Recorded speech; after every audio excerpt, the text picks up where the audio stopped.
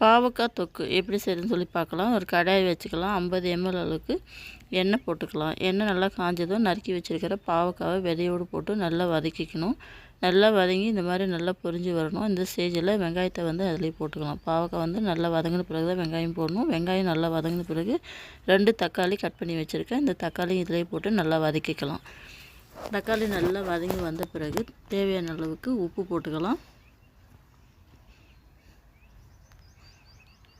தக்காளி வெங்காயம் எல்லாம் நல்லா வதங்கி வந்த பிறகு மிளகாத்தூள் போட்டுக்கலாம். தேவையான அளவுக்கு 1 ஸ்பூன் அளவுக்கு மிளகாத்தூள் போட்டுக்கலாம். 1/4 ஸ்பூன் அளவுக்கு மஞ்சள் சேர்த்துக்கலாம்.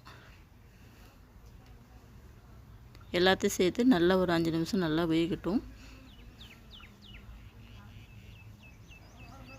இப்போ இந்த ஸ்டேஜில் ஒரு எலுமிச்சங்காய் அளவுக்கு புளியை கரைச்சி அந்த புளி தண்ணி இதிலே விட்டு நல்லா வேகணும். காயும் தண்ணியும் ஒரே அளவு வந்த பிறகு துருவி வச்சுருக்க தேங்காய் போட்டு நல்லா